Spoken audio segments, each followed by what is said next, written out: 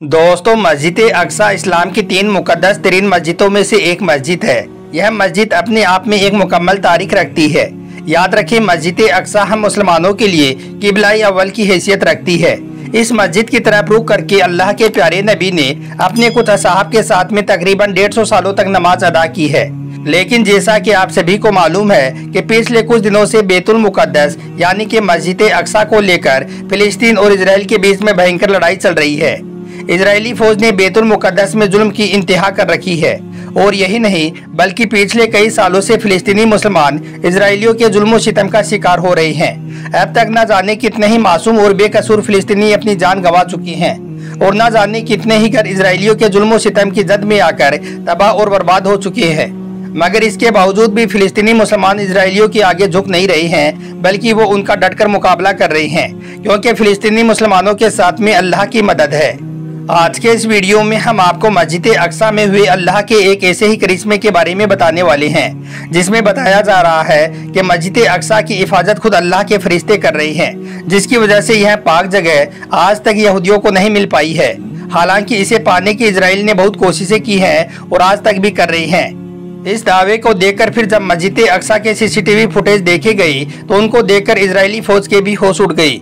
और यही नहीं, इस पूरे वीडियो को देखकर यकीनन आप भी हैरान रह जाओगे। इसलिए आज का यह वीडियो आप सभी के लिए बहुत खास है। आप इसको आखिर तक जरूर देखें और मेहरबानी करके इसे शेयर भी कर दें ताकि और भी लोगों के पास में यह वीडियो पहुंच जाए। तो चलिए दोस्तों, शुरू करते हैं। दोस्तों, मस्जिद अक्सा यूँ तो कई बार तामीर की जा चुकी है, लेकिन इसकी मुकम्मल तामीर हज़रत सुलेमान अलैहिस्सलाम के दौर में हुई है। हज़रत सुलेमान अलैहिस्सलाम अल्लाह के जलीलुल कद्र पैगम्बर रही हैं।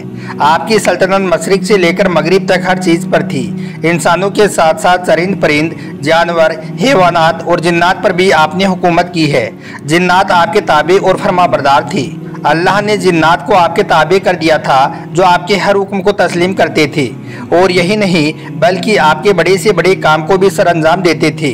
लिहाजा मस्जिद अक्सा की तामीरी काम में हज़रत सुलेमान अलैहिस्सलाम ने जिन्नातों को भी लगा दिया था। इस तरह से फिर इस मस्जिद को जिन्नातों ने अपने हाथों से बनाई है। मस्जिद अक्सा की तामीर आपके बादशाह बनने के बाद से शुरू हो गई थी और फिर तकरीबन 40 सालों में मस्जिद अक्सा की तामीर मुकम्मल हुई थी।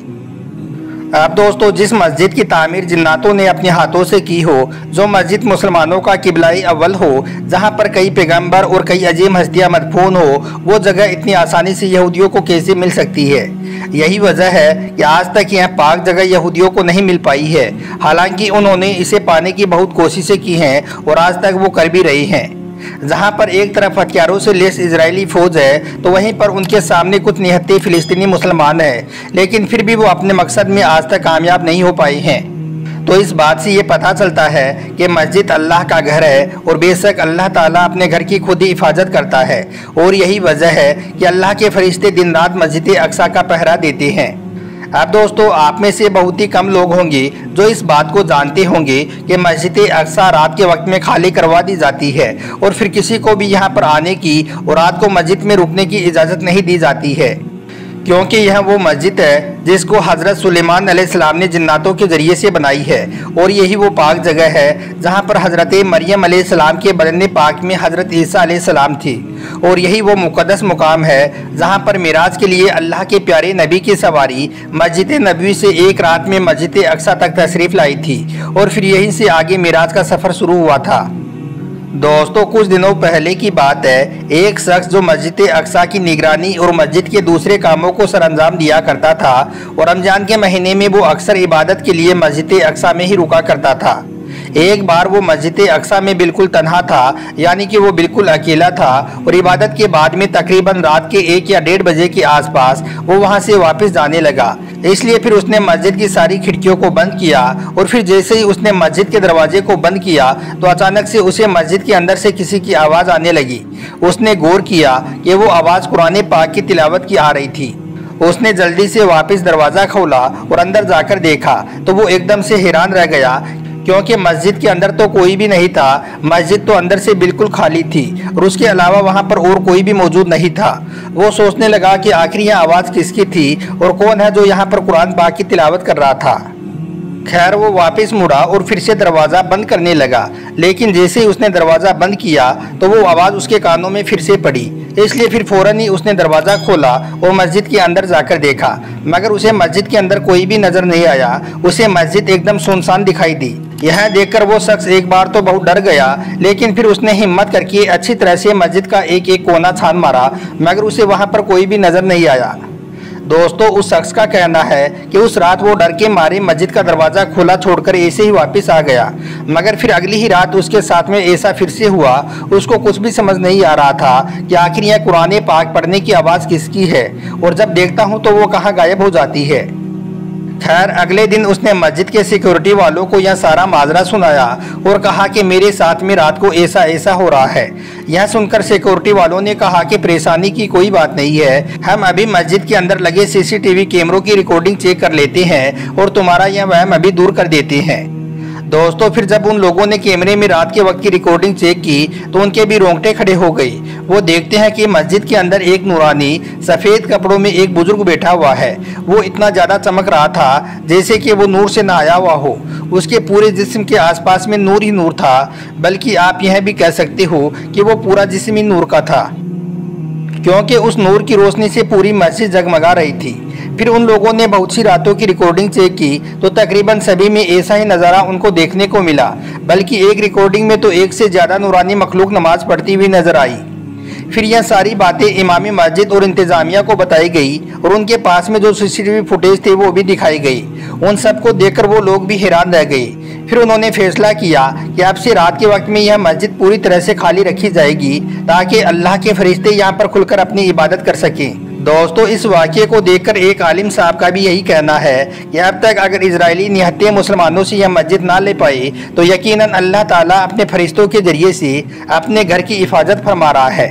यही वजह है कि यहूदी आज तक मस्जिद अक्सा पर काबिज नहीं हो पाए हैं। दोस्तों, इसी तरह से मिराज के अजीम सफ़र में भी इस तरह का एक वाक़या पेश आया था जो कि एक पादरी ने बयान किया है। उस वक्त वो मस्जिद अक्सा का एक बहुत बड़ा पादरी था। वो कहता है कि मेरी आदत थी कि मैं हर रात सोने से पहले मस्जिद अक्सा के तमाम दरवाजे बंद कर दिया करता था। एक रात मैंने मस्जिद के तमाम दरवाजे और खिड़कियों को बंद कर दिया, लेकिन बहुत कोशिश करने के बावजूद भी मस्जिद का मेन दरवाज़ा बंद नहीं हो सका।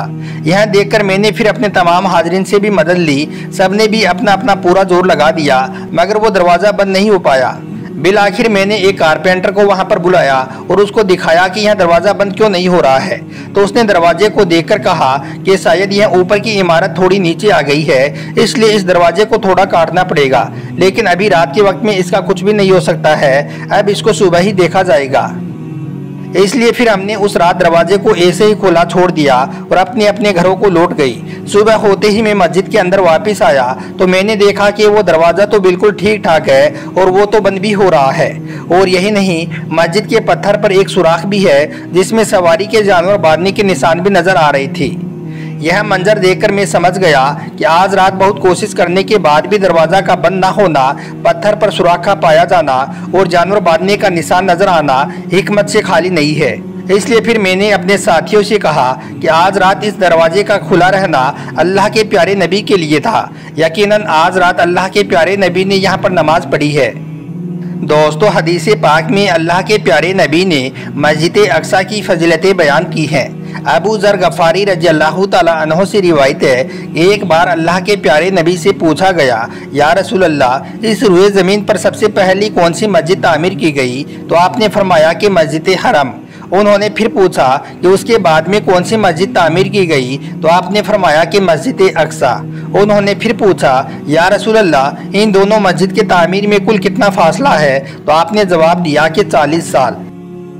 अब दोस्तों, जिस मस्जिद की सियानी ये हो, वो मस्जिद इतनी आसानी से यहूदियों के हाथों में कैसे जा सकती है? बेशक अल्लाह पाक अपने घर मस्जिद की खुद हिफाजत फरमाता है। अल्लाह ताला से दुआ है कि अल्लाह पाक बैतुल मुक़द्दस और फिलिस्तीन के मुसलमानों को इजराइल के जुल्म सितम से महफूज फरमाए। आमीन, अल्लाहुम्मा आमीन। एक बार आप भी कमेंट बॉक्स में आमीन जरूर लिख दें।